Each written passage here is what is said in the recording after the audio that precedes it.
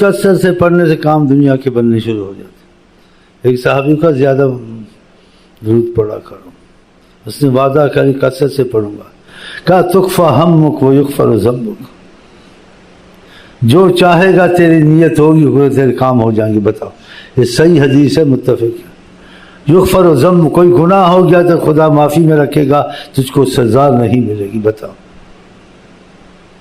گناہ سے مصیبت آتی, وہ مصیبت سے تم کو پناہ. تکفا ہمک, جو تیری پریشانی ہے خدا دور کرے. بتاؤ کیا چاہیے؟ اب یہ کہتے ہیں نہیں کہتے ہیں, نہ اخباروں میں کہتے ہیں نہ ٹی وی میں کہتے ہیں. یہ کریں گے وہ کریں گے, وہ تو کرو, ساتھ نمازوں کو نہ چھوڑو, تسبیحوں کو نہ چھوڑو, درود کو نہ چھوڑو. برکتیں رحمتیں ساتھ ہوں گی, اللہ کی کرم ہوگا. اللہ کے رحمت کرم ساتھ نہ, بادشاہ ملکوں سے بھاگ جاتے ہیں, خزانے خالی ہو جاتے ہیں, فلڈ آ جاتے ہیں, بیماریاں آ جاتی ہیں, وائرس آ گیا, وائرس آ گیا, وائرس آ گیا. وائرس کو پکڑو, وائرس کو پکڑو, کس کو پکڑو؟ گردن توڑ بخار آ گیا, کیا کرو؟ بلڈ پریشر ہائی ہو گیا, دماغ پھٹ گیا, کس کو پکڑو؟ بس جن رب رکھے انہوں نے اور چکے, نہیں تو 100 بہانہ بن سکتا. تو پھر اتنا سوچ کے بھی آدمی مر جائے, اس سے تو پھر مر ہی جائے. اچھا اتنی سوچنا بھی کیا سوچنا. ہاں, تم یہی سوچو بس اللہ کرم کرے گا. لیکن تم اللہ تعالیٰ کی محبت کے کام کرتے تو کرے گا. تم نماز بھی چھوڑ دو, درود بھی چھوڑ دو, ہاں جی, گناہ کر کے توبہ بھی چھوڑ دو, اللہ کرم کرے گا. یہ کیسے؟ پرہیز بھی نہیں کی, ڈاکٹر کی دوائی بھی نہیں کھائی, ڈاکٹر سے چیک بھی نہیں کرایا, بس اللہ کرے گا شفا ہو جائے گی. کیسے ہو جائے؟ ڈاکٹر کے پاس جاؤ, چیک کرو, پھر اللہ کرم کرے. ایک آدمی کہا کہ آقا جی نے سے کہا کہ اونٹ کو کیا کیا؟ کہا اللہ کی توکل پہ چھوڑا. کہا اس کا گھٹنا باندھ دو, اس کو مضبوط کرو, قابو میں رکھو, پھر اللہ کے توکل پہ چھوڑو. دیکھا, ایسے نہ کھلا چھوڑ دو اللہ کے. تو یہ اسباب کو ساتھ رکھا ہے خدا نے, نبی نے, تو یہ ساتھ کرنے چاہیے. تو اتنے انسان کو ہم لوگ میرے خیال بہت زیادہ پاگل ہو گئے ہیں. کیا خیال ہے؟ ہاں تو پاگل ہی ہو گئے. اتنا بڑا سہارا, اتنی بڑی رحمت, اتنی بڑی آسانی کے سبب, اور ہم پر اتنا بڑا کرم, ہم امت رسول ہیں, ان کی تعلیم کو چھوڑ کے کتنے برباد ہو گئے. عرب کا کیا حال تھا, اس قدر وہ ہر چیز میں گر چکے تھے, ناگفتہ بے باتیں. جب نبی کریم ان کو خدا کی محبت میں لگایا, تسبیحوں میں لگایا, نمازوں میں لگایا, ہے جی, کا ساتھ اسباب بھی کرو, اس سے مان کے وہ بھی تم کرو. اس کا بھی کہتے تھے, جیسے ایک صاحب کا یہ کلہاڑی ہے, جنگل سے وہ جا کے لکڑیاں کاٹ اور اس میں سے کچھ گھر میں لے جا اور کچھ بیچ. یہ کہا نا, یہ تھوڑی کہ تسبیح گھر میں پڑھ اللہ دے دے گا, کہ اللہ دے گا, لیکن سبب بھی کر.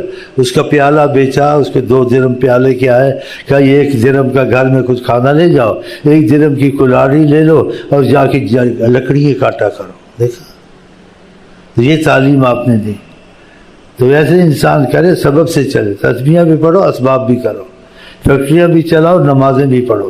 فیکٹری میں مصیبت آ گئی, ملک میں مصیبت آ گئی, مہنگائی آ گئی, کیونکہ یہ ساتھ اس کا یہ جان ہے. اللہ تعالیٰ کی رحمت ہر چیز کی جان ہے. تمہاری جان ہے, تمہارے رزق کی جان ہے, تمہارے ملک کی جان ہے, تمہاری امان کی جان ہے. یہ ساتھ لازم لینا چاہیے اللہ تعالیٰ کے محبت کے کام. اس طرف توجہ نہیں دیتے, نہ استغفار کا کہتے ہیں, نہ درود کا کہتے ہیں. ان کے دل میں اہمیت نہیں ڈالی نا.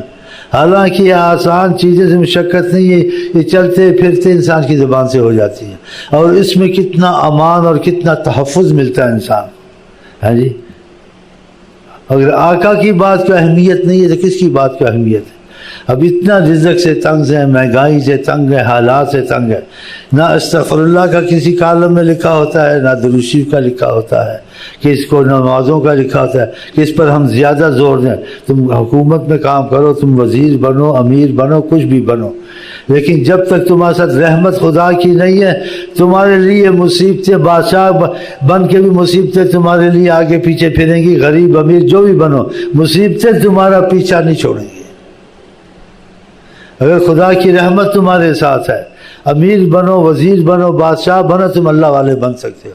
سلمان صاحب بادشاہ سے اللہ والے نہیں تھے, صحابہ میں کتنے امیر تھے، اللہ والے نہیں تھے، حکومتیں کرتے تھے کہ وہ لوگ خدا تعالیٰ کے معاملے سے باغی نہیں ہوتے تھے، خدا تعالیٰ کے معاملے کو چھوڑتے نہیں تھے، نمازوں کو چھوڑتے نہیں تھے۔ حضرت عمر خود نماز امامت کراتے تھے، وہ حاکم نہیں تھے، بادشاہ نہیں تھے، حکومت نہیں چلاتے تھے، لیکن نمازوں کو نہیں چلاتے۔ اب ہم میں جو پڑھ جاتا ہے ماڈرن ہو جاتا ہے، انگریزی پڑھ جاتا ہے، زیادہ پڑھ جاتا ہے، نماز کی، قرآن کی، درود کی اہمیت ختم ہو جاتی ہے۔ تو پھر ان کو کہاں سے نوکریاں ملیں، ان پہ مصیبتیں کیوں نہ آئیں، یہ اغوا کیوں نہ ہوں، ان پہ ہزار قسم کی مصیبتیں بینکوں میں ہر جگہ ہے، برکتیں رحمتیں دور ہو گئیں۔ پھر بھی بچت ہے، کس کی وجہ سے؟ کہ آقا جی سرزم کے احسانات جاری ہیں امت پہ، فرماتے تمہارے اعمال پیش ہوتے، کیونکہ اعمال کے حساب سے چیزیں مصیبتیں آتی ہیں نا، یہ تو اعمال کو تو لیتے نہیں نہ اس پر زور دیتے ہیں۔ تو آقا جی کہتے تمہارے اچھے اعمال ہوتے ہیں، خوش ہوتا ہوں، تمہارے دوسرے اعمال ہوتے ہیں جس سے تم پہ مصیبت اور عذاب ہوتے ہیں، اللہ تعالیٰ سے تمہارے لیے معافی مانگتا ہوں۔ تو ہماری جو بچت ہے تھوڑا بہت چل رہے ہیں، یہ آقا کی رحمت کی نظر سے کہ اپنی امت کے نگہبان ہیں اور اپنی امت کے لیے روتے رہتے ہیں، دعائیں کرتے ہیں۔ ایسے طریقت والوں نے دیکھا بھی ہے کہ بعض اگر روتے ہوئے دیکھا تو پوچھا کہ کیوں اس وقت رو رہے ہیں؟ کہا امت کے گناہ زیادہ ہیں اس لیے رو رہا ہوں، یہ گناہوں سے مصیبت آتی ہے۔ تو یہ چیزیں ان کو اب کون سمجھائے؟ میں آپ کو سمجھاتا ہوں، آپ ان کو سمجھائیں۔ جہاں بیٹھتے ہیں بھائی شعبے میں جانا ہے، نوکری میں جانا ہے، نمازیں وقت پہ پڑھنی ہے، وہاں بھی تسبیحیں پڑھنی ہے، آتے بھی پڑھنی ہے، تو یہ سارے ملک خود ہی ٹھیک ہو جائے گا، خدا کی رحمت آئے گی۔ اگر نہیں تو پھر ایسے ہی دھکے کھاتے رہو گے، ٹھیک کبھی نہیں ہو سکتا۔ اللہ کی رحمت نہ ہو تو بادشاہ بادشاہی چھوڑ کے بھی بھاگ جاتا ہے۔ یہ تو خدا کی بادشاہی ہے، ان سے دکھانا ہے کہ اس نے بادشاہی کی تھی، اب جیل میں بیٹھو، اب اس کو ہتکڑیاں لگی ہوئی ہیں۔ تو بادشاہ کوئی نہیں، بادشاہ اللہ ہے۔ اور بادشاہ کے بعد کوئی حقیقت بادشاہی کس کو دی ہے؟ حکومت دی ہے قرآن نے، ہے جی، وہ حضرت محمد مصطفیٰ، اور کوئی نہیں ہے۔ اگر حقیقت کی طرف آئیں، خدا کے بعد کسی کو بادشاہ نہ مانے، بس خدا کے بعد بادشاہ ہیں تو حضرت محمد صلی اللہ علیہ وسلم، کہ خدا نے ان کو اختیار کیا ہے نا، خدا نے ان کے لیے آیتیں اتاری ہیں، فلا وربک لا یؤمنون حتی یحکموک، یہ کبھی ایمان والے نہیں ہو سکتے جب تک کہ آپ کو اپنا حاکم تسلیم نہ کر لیں۔ ہاں تو پھر کیسی بادشاہی خدا نے دی؟ اور ان میں جو لوگ ایمان والے ہیں آپ کی اجازت کے بغیر کام نہیں کرتے۔ اور دوسری آیت کا فَلْيَحْذَرِ الَّذِينَ يُخَالِفُونَ عَمْرِهِ، جو ان کی بات نہیں مانتے، اہمیت نہیں دیتے، تو وہ احتیاط کریں، یا دنیا میں خدا ان کو سزا دے گا یا آخرت میں ان کو خدا سزا دے گا۔ کیسی حکومت؟ دوسرے کے لیے چیزیں ہیں؟ نہیں ہیں، یہ حضرت محمد مصطفیٰ کے لیے۔ ان کی تباہ میں ہو کے چلو گے تو تمہاری دین، دنیا، معیشت، ملک سب خود ہی ٹھیک ہو جائے گا، زیادہ سوچنے ہی نہیں پڑے گی کہ سیاست چلائیں یا ہاتھی کے دانت لگائیں یا فلانے کے ووٹ دیں۔ بغیر ووٹ کے اچھے لوگ مسلط ہو جائیں گے۔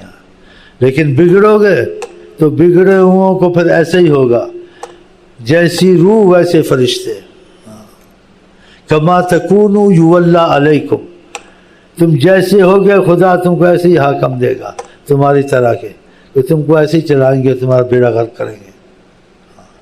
تو ٹھیک ہو جائے تو خود ہی حکومت ٹھیک ہو جائے گی، آ جائیں گے اچھے لوگ، اور تم بگڑو گے تو عذاب دینے والے تم کو آ جائیں گے۔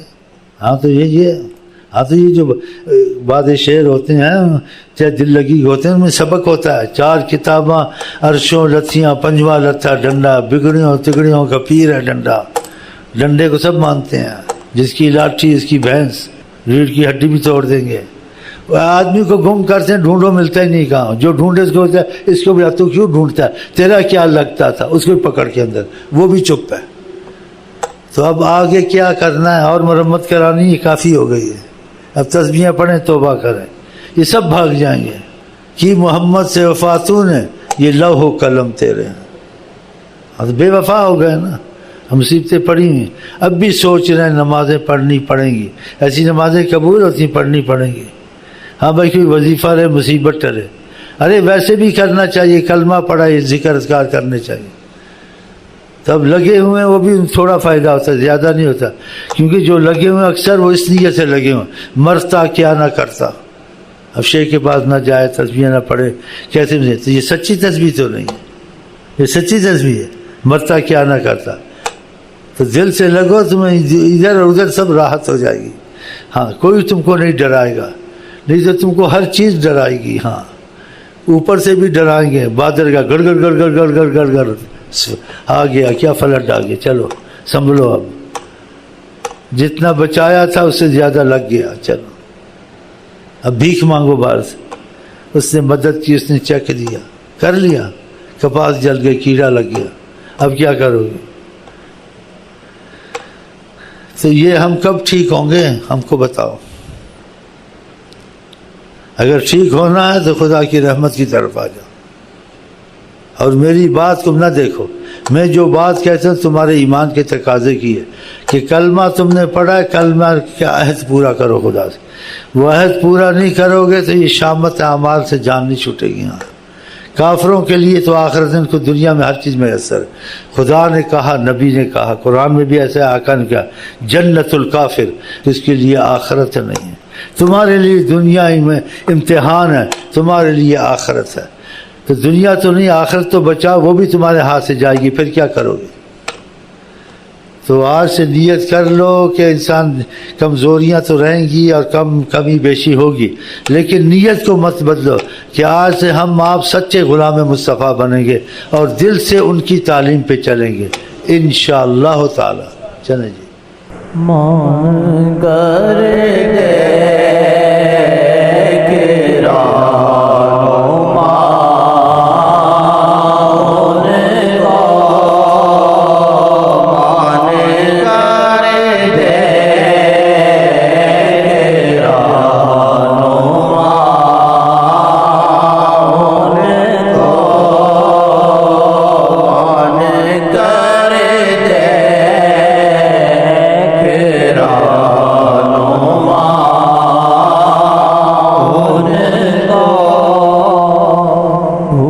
سب فاصلے گننا تارے فسن، بھول سب فاصلے گننا تارے فسن، ابھی ہیں شاداں دل سے پھنسے ان کا بن، ابھی ہیں شاداں دل سے پھنسے ان کا بن.